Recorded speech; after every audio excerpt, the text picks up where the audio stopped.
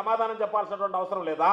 మొన్నేమో parliamentary స్థాయి సంఘం చెప్పిందన్నారు, ఈరోజేమో కేంద్రం చెప్పిందని ఒకరోజు మాట చెప్తున్నారు. అంటే మీరు మనసులో ఉన్నటువంటి వాటిని ఎవరెవరో చెప్పారన్నట్టుగా వాళ్ళందరికీ దాన్ని ఆపాదిస్తా, అవన్నీ లేనిపోయినటువంటి అన్నింటిని మీరు జోడించుకుంటా, మీరు ఊహించుకుంటా, ఆ ఊహించుకున్నటువంటి వాటిలన్నీ వాళ్ళు చెప్పారు వీళ్ళు చెప్పారని చెప్పి ఈ సమాజంలో ఉండేటువంటి వాళ్ళని తప్పుదావ పట్టించి ఒక దుష్ప్రచారం చేయడానికి కొంతమంది మీడియాని మీరు పోగు చేసుకొని ఈరోజు చేసేటువంటి ప్రయత్నాలు ఏదైతే ఉన్నాయో మీరు ఒక్కసారి ఆత్మ పరిశీలన చేసుకోండి.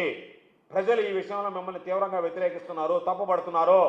మీ వెనక దీని వెనక ఉన్నటువంటి లబ్ధి ఏంటి, మీ స్వార్థ ప్రయోజనాలు ఏంటి? ప్రజా ప్రయోజనాలను వదిలిపెట్టి చంద్రబాబు ఎందుకు స్వార్థ ప్రయోజనాల కోసం పోరాడుతున్నాడు, స్వార్థ ప్రయోజనాల కోసం ప్రాకులాడుతున్నాడు, మొండిగా వ్యవహరిస్తున్నాడు అనేటువంటిది ఈరోజు ప్రజలందరూ కూడా చెప్పేటువంటి విషయం.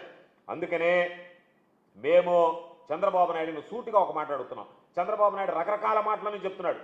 ఎక్కడైనా ప్రభుత్వ రంగంలో పెట్టినటువంటి మెడికల్ కళాశాలలని, ప్రారంభించినటువంటి మెడికల్ కళాశాలలని దేశంలో ఎక్కడైనా ప్రైవేటీకరణ జరిగిందా? ప్రైవేటు సంస్థలకు అప్పగించారా? అప్పగిస్తే చెప్పండి, చెప్పమనండి చంద్రబాబు నాయుడు గారిని. ఇదిగో ఈ పలాని కాలేజీ ప్రభుత్వ రంగ సంస్థలో ఈరోజు ప్రభుత్వం నడుపుతూ దాన్ని ప్రైవేటీకరణ చేసామని చెప్పని. ఎక్కడా లేనటువంటి సాంప్రదాయం, ఎన్నడూ జరగనటువంటి సాంప్రదాయం.